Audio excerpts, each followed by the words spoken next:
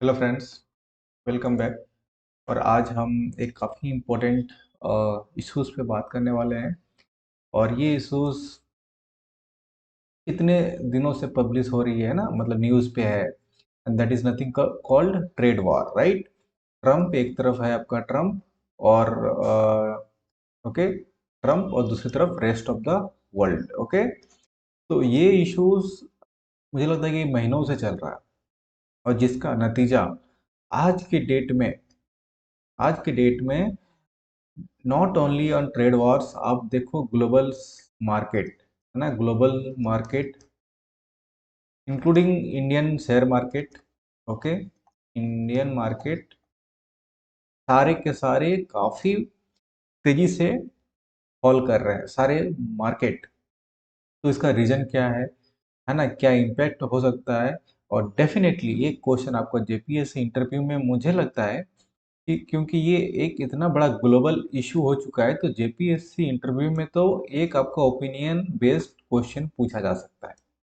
क्योंकि this is not about only Indian problem. Okay, India का problem नहीं है, ना ही यूएस का प्रॉब्लम है। Now this becomes a global problem. Okay, this becomes a global problem. Okay, तो discuss करेंगे, काफी कुछ सीखने को मिलेगा। आप जेपीएससी का इंटरव्यू नहीं भी देते हैं, है ना, तब भी इन जनरल आपको ये जो इश्यूज है ना, और इस इशू को काफी अच्छे तरीके से मैं आपको समझाने वाला हूँ, इजी तरीके से, ताकि इंडिया कैसे इस युद्ध को, जो ट्रेड वार है ना, आपने वर्ल्ड वार सुना होगा ना, विश्व युद्ध one, world war two, right. तो उसी तरह से अब ये वर्ल्ड वार, आप नाम मतलब ऐसे कोई लड़ाई नहीं है, बट हाँ, ट्रेड की लड़ाई है, व्यापार की लड़ाई है, ठीक है।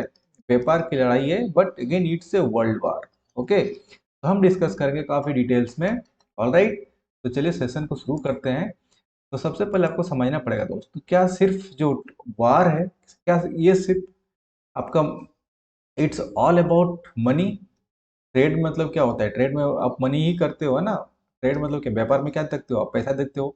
तो सिर्फ क्या ये जो वार है, trade wars and power battles, ये सिर्फ आज के डेट में ट्रम्प के आने के बाद, this is no more just about money, है ना। सिर्फ और सिर्फ मनी का वार नहीं है, this is more about power. आज जिस रफ्तार से चाइना बढ़ रहा है, ठीक है, मेन जो ट्रेड वार शुरू हुआ है, उसका मेन जो, अगर आप जड़ देखेंगे, कहीं ना कहीं आपको चाइना दिखता है, ठीक है। क्योंकि आज अगर कोई यूएस को के सामने, या तो यूएस के इक्वल और यूएस के बराबर कोई खड़ा है एज ए ग्लोबल मार्केट, ठीक है, that is nothing but China in everything. Okay, let it be in manufacturing, let it be in what is called defense also China is doing very good. Okay, so in terms of GDP, okay, everything, technology, तो China is no more behind. आपने देखा भी, China का deep SIP आ गया है ना। Okay, तो पूरा दुनिया हैरान है, चाइना का जो डेवलपमेंट है, जिस रफ्तार से बढ़ रहा है।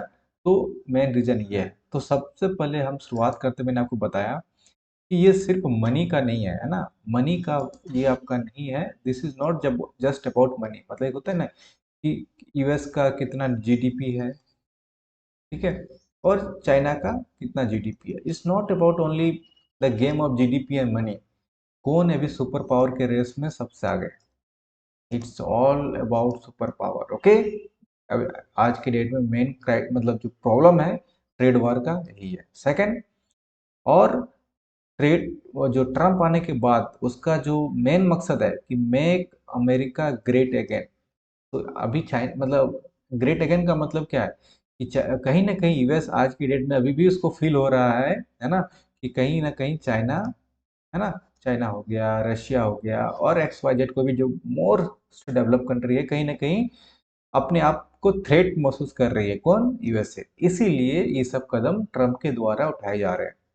तो अब बेचारा इंडिया फंस गया है, ठीक है, क्योंकि इंडिया का मैं बताऊंगा, इंडिया का जो रिलेशन है चाइना के साथ, ऐसे तो रिलेशन खराब है, but when it comes to trade, there is a, मतलब बहुत बड़ा आपको बताऊं कितना बिलियन डॉलर का एक्सपोर्ट इंपोर्ट होता है, ठीक है। और यूएस दोनों के साथ ट्रेड चलता है। चाइना के साथ इंपोर्ट करता है, यूएस को फूड वगैरह मतलब जो आपका फार्म प्रोडक्ट्स है वो उसको एक्सपोर्ट करता है। फिर डिफेंस के साथ यहाँ से भी इंपोर्ट करता है यूएस के साथ। तो उसको देखेंगे तो इंडिया बिंग इकोनॉमिकली स्मॉलर बेचारा कुछ नहीं कर सकता। चाइना का जीडीपी बहुत ज़्यादा है, यूएस का बहुत ज़्यादा है, इंडिया छोटा मोटा देश है when comes to economically wise. Okay, can't win win by retaliating with equal force, it needs a long term strategic approach. मतलब आपका आंसर क्या होना चाहिए, है ना, जो अगर पूछता है तो आप ये बोल सकते हैं कि इंटरव्यू में कि देखिए इंडिया बीइंग ए इकोनॉमिकली काफ़ी स्मॉलर कंट्री है व्हेन कम्स टू यूएस, तो हम यूएस को रिटालिएट करके तो हम ये जो वार है ट्रेड वार लड़ाई जीत नहीं सकते हैं। ठीक है, तो हमको एक लॉन्ग टर्म स्ट्रेटजिक प्लान, ऐसा नहीं कि यूएस आप बहुत लोग क्या करेंगे, चलो यूएस ने टेरिफ हाई कर दिया, ठीक है, इंडिया ने भी टेरिफ हाई कर दो। नहीं, नहीं ऐसे लड़ाई जीती जाती है। ठीक है, खासकर जब आप आपके पास ये वर्ड यूज नहीं करना चाहिए, तो बट मैं करता हूँ। अगर आपके पास औकात नहीं है, औकात से बाहर की बातें हैं,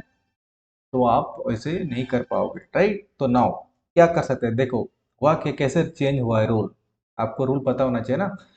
ये जो गट के बारे में जानते हो आप, गट क्या होता है, ये एग्रीमेंट सेम अभी डब्ल्यूटीओ आने से पहले, डब्ल्यूटीओ तो 1995 में आया था, ये भी क्या है, ये आपका वर्ल्ड ट्रेड ऑर्गेनाइजेशन, मतलब जो ट्रेड के बारे में कौन कौन रेगुलेट करता है ना, वो डब्ल्यूटीओ करता है। सिमिलरली 1995 से पहले आपका गट था जो 1947 में साइन हुआ था, है ना, उसको हम लोग क्या बोलते थे कि general agreement on tariffs and trade. तो ये आपका डब्ल्यूटीओ आने के पहले था। लेकिन वहां पे क्या था कि देखो इशू अब रूल इसलिए चेंज हो गया, जो पहले क्या हुआ करता था ना, अर्लियर देखो, ग्लोबल ट्रेड रूल्स लाइक गट और now WTO protect weaker economies. मतलब फॉर एग्जांपल अगर कंबोडिया हो गया, बांग्लादेश हो गया, है ना, और भी जितने भी आपके छोटी छोटी इकोनॉमी की कंट्री हैं, तो उसको प्रोटेक्ट किया जाता था, है ना, एंड प्रमोट फेयर ग्रोथ, और उसको फेयर ग्रोथ के लिए प्रमोट किया जाता। बट ये अभी रूल क्या चेंज हो गया, द रूल हैव चेंज, मैंने बताया इसलिए लिखा हूँ कि the rule have been change. अब क्या है, जो नया टेरिफ जो ट्रम्प साहब लेके आए हैं, है ना, ट्रम्प साहब, ये क्या है, ये सब देश के लिए कॉमन हो गया है ना। चाहे आपका इकोनॉमी छोटी हो, आपका इकोनॉमी बड़ी हो, उससे कोई फर्क नहीं पड़ता है। यूएस को अपने आप को क्या करना है, make America great again. Main फंडा उसका ये है। चाहे अब बाकी देश आप छोटा हो बड़ा हो, उसे कोई मैटर नहीं करता, इकोनॉमिकली वाइज आप कितना स्ट्रांग हो कितना वीक हो कोई मैटर नहीं करता है। इसीलिए कहा जाता है। प्लस अभी देखिए प्रॉब्लम कहाँ पे आ रही है, प्रॉब्लम इसलिए आ रही है कि अभी अगर आप देखेंगे अ, अगर आप देखेंगे जो एक सेकंड, एक सेकंड, अगर अगर आप देखेंगे जो यूएस का जीडीपी है, एक सेकंड ना, यूएस का जीडीपी है, एक सेकंड, जो 3% है ना, 3% जीडीपी है किसका, बांग्लादेश का, कंबोडिया का। ठीक है, आप 3% मान के चलिए, यूएस का 100 जी है ना, 100 रुपया जीडीपी है, तो 3 रुपया किसका है, बांग्लादेश का है, 3 रुपया किसका है, कंबोडिया का है। तो ये कंट्री कैसे फाइट कर सकती है, can you can not deal with now. Similarly per capita income की बात करें, इंडिया का जो पर कैपिटा इनकम है ना, हमारा तो बांग्लादेश से भी नीचे है। पर कैपिटा इनकम बांग्लादेश से भी नीचे है इंडिया का, और कंबोडिया से भी नीचे। तो अगर हमारा पर कैपिटा इनकम दोनों से कम है, तो अगेन मैं वही बोला कि आप India can not retaliate, US के साथ आप लड़ाई नहीं कर सकते, खासकर ट्रेड वॉर में। Okay, by looking at your own economy. समझ में आ गया आपको। तो हमको ऐसा, है ना, जज्बे के साथ नहीं खेलना है, और हमें बहुत स्ट्रेटेजिकली इसके साथ प्ले करना है। अब क्या करना पड़ेगा, देखो जो हमारा विकसित भारत का है, आपने सुना होगा कि हमने बहुत नारा दिया विकसित भारत का। तो विकसित भारत बोलने में अच्छा लगता है, सुनने में भी अच्छा लगता है ना, बोलने में और सुनने में काफी अच्छा लगता है विकसित भारत। ओके, बट अगर आपका पर कैपिटा इनकम, प्रति व्यक्ति आय बांग्लादेश से भी कम है, ओके, कंबोडिया से भी कम है, तो यू कैन नॉट से विकसित भारत। ओके, हाँ, सोच आप प्लान कर सकते हो, तो कोई आपको कोई रोक नहीं सकता है। लेकिन आगे देखते हैं आगे हमारा क्या प्लान है। ओके, अब यूएस क्या कर रहा है, अभी यूएस की क्या कर रहा है कि यूएस का जो है वो अभी सेल्फ इंटरेस्ट पे ज़्यादा फोकस कर रहा है, कि अपने आप को अभी भी बोल रहा है कि हम वर्ल्ड का सबसे बड़ा डेमोक्रेसी है, चैंपियन ऑफ डेमोक्रेसी और सेल्फ इंटरेस्ट। अभी डेमोक्रेटिक वैल्यू उसका चला गया है ठंडे बस्ते में, वो अपना इकोनॉमिक इंटरेस्ट देख रहा है। ओके, तो आपका इस टाइप की चीज़ें, मतलब जो वर्डिंग है ना, आपके इंटरव्यू में आना चाहिए कि यूएस अभी इकोनॉमिक इंटरेस्ट पे ज़्यादा फोकस कर रहा है ना, बीइंग एंड डेमोक्रेटिक वैल्यू है ना, और अपने आप को चैंपियन ऑफ डेमोक्रेसी कहता था। ठीक है, बट डेमोक्रेसी में सिर्फ ये नहीं होता कि अपना खुद का इंटरेस्ट देखो, है ना, सामने वाला का भी देखो। बट अभी क्या हो रहा है, एक डिक्टेटर्स के तरह पे ये जो टैरिफ है ट्रम्प के द्वारा हुआ है। और अगेन इंडिया का जो न्यूट्रल है, अभी भी इंडिया क्या है, न्यूट्रल है, जैसे कोल्ड वॉर के टाइम था, है ना, और उसका इम्पैक्ट हमको अभी भी देखने को मिल रहा है। सेम अभी भी टैरिफ के केस में वो क्या हो रहा है, इंडिया न्यूट्रल है। ठीक है, तो इंडिया का क्या है, देखो इंडिया में बताया कि इंडिया डायलेमा में फंस चुका है ना, इंडिया दोनों में बीच में है। अब देखो चाइना और यूएस के साथ मैंने बताया कि दोनों इंडिया का लार्जेस्ट ट्रेडिंग पार्टनर है ना, और ऑलमोस्ट 118 बिलियन ईच, तो दोनों में कोई कम नहीं है ना, इंडिया के साथ जो ट्रेड पार्टनर है, चाहे वो यूएस हो चाहे वो चाइना हो, तो इंडिया बीच में फंस गया है ना, चाइना को छोड़ सकता है ना, चाइना को छोड़ सकता है ना यूएस को छोड़ सकता है, इंडिया यहाँ बीच में फंस चुका है। ओके, क्योंकि दोनों का जो वेटेज है as a trading partner same है नाउ। कैसे, इंडिया क्या करता है, इंपोर्ट्स हेविली फ्रॉम चाइना, देखो, और एक्सपोर्ट, इंपोर्ट करोगे तो डेफिनेटली आपको ज़्यादा पैसा, मतलब इंपोर्ट करोगे तो मतलब क्या, आप खरीदारी कर रहे हो, और खरीदारी करोगे तो डेफिजिट मतलब घाटा में रहोगे, ठीक है, पैसा देना पड़ेगा, तो इतना बिलियन डॉलर का घाटा है। और इंडिया यूएस को एक्सपोर्ट करता है, तो इसलिए हमको सर फायदा हो रहा है। कितना हो रहा है, in IT, IT services, right. हम आईटी, तो इंडिया आईटी टेक्नोलॉजी मतलब होता है ना, इंफॉर्मेशन टेक्नोलॉजी सर्विस को हम लोग क्या करते हैं, एक्सपोर्ट करते हैं, हम हमारा यहाँ से रेवेन्यू आता है। तो दोनों के बीच हम इंडिया फंस चुका है, तो इंडिया को, है ना, क्या करना पड़ेगा, नॉट टू ऑफेंड इधर, है ना, किसी के साथ ना, चाइना के साथ कुछ करना है, तो अभी भी जो जिस टाइम कोल्ड वॉर के टाइम इंडिया न्यूट्रल था, सेम अभी ट्रेड वॉर के टाइम भी इंडिया को काफी न्यूट्रल, तो मैं अभी नहीं बोलूंगा कि न्यूट्रल रहना चाहिए, बट कोई भी डिसीजन लेना चाहिए वो सावधानी के साथ लेना चाहिए। ओके, चलो और देखते हैं हम। ओके, और देखते हैं अब इंडिया का अभी इम्पोर्टेंस क्या होना चाहिए, क्योंकि देखो मैंने बताया इंडिया का सबसे इम्पोर्टेंट, अगर आपको फाइट करना है ग्लोबली, ठीक है, अगर इंडिया को फाइट करना है ग्लोबली, खासकर यूएस और चाइना जैसी बिग इकोनॉमी के साथ, है ना, चाइना और यूएस जैसा बिग इकोनॉमी के साथ, सबसे पहले अपना इकोनॉमी को बढ़ाना पड़ेगा। ठीक है, इंडिया का इकोनॉमी को भी इस चाइना और यूएस जैसा करना पड़ेगा, तभी आप फाइट कर सकते हो। और वो तभी होगा जब इंडिया का मैन्युफैक्चरिंग सेक्टर बूस्ट करेगा, और मैन्युफैक्चरिंग सेक्टर बूस्ट तभी कर सकता है जब आप मेक इन इंडिया जैसे ये करोगे। और जो इम्पोर्ट डिपेंडेंसी है, मैंने बताया कि जैसे कि चाइना का के साथ हमारा इतना डेफिसिट है, और काफ़ी रिलाई करते हैं, heavily rely on China. Okay, और इम्पोर्ट्स वो हमको कम करना पड़ेगा। देखो 90 में India and China were economically similar, जब हमारा एलपीजी की बात थी, है ना, दोनों ऑलमोस्ट दोनों इकोनॉमी का जो था साइज सेम था। आज चाइना का 5 गुना बढ़ चुका है ना, इकोनॉमी, और मैन्युफैक्चरिंग में तो 7 गुना बढ़ चुका है इंडिया से। तो हमको हमारा फोकस कहाँ पे होना चाहिए, मेक इन इंडिया। तो आपका वर्ड जो होना चाहिए आंसर में, मेक इन इंडिया पे होना चाहिए। और ये सब जो डेटा मैं बता रहा हूँ कि कितना एक्स बढ़ गया है, कितना टाइम से बढ़ चुका है, मेक इट इंडिया, विकसित भारत, ओके, मैन्युफैक्चरिंग। तो China protect its market and build strong industries, वो चाइना अपने आप को सेव कर लिया है, अब उसके पास अपना स्ट्रॉन्ग इंडस्ट्रीज है। But India however opened up too quickly following the IMF। तो अभी क्या है, आईएमएफ वाशिंगटन मॉडल का पता है, ये देखो एलपीजी वाला मॉडल है, ठीक है। डिटेल्स में चाहिए तो कमेंट कीजिएगा, मैं इसके ऊपर भी आपको बता दूंगा। ओके, अब हम आते हैं नेक्स्ट। तो अब देखो क्या हो रहा है, इंडिया का जो अभी देखो ये क्या प्रॉब्लम क्या हो रहा है ना, जो ट्रेड वॉर है, tariff. Trump wants India to lower tariffs on goods including farm products.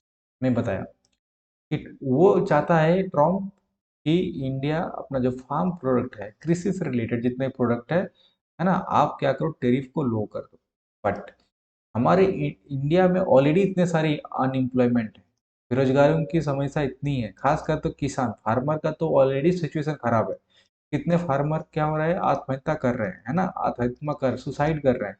Plus Bharat सरकार एमएसपी उसके लिए लाया, किसान को प्रोटेक्ट करने के लिए, है ना, मिनिमम सपोर्ट प्राइस, उसके बावजूद भी हत्या हो रही है, रुक नहीं रही है, उस किसानों को सही दाम मिल नहीं रहे हैं।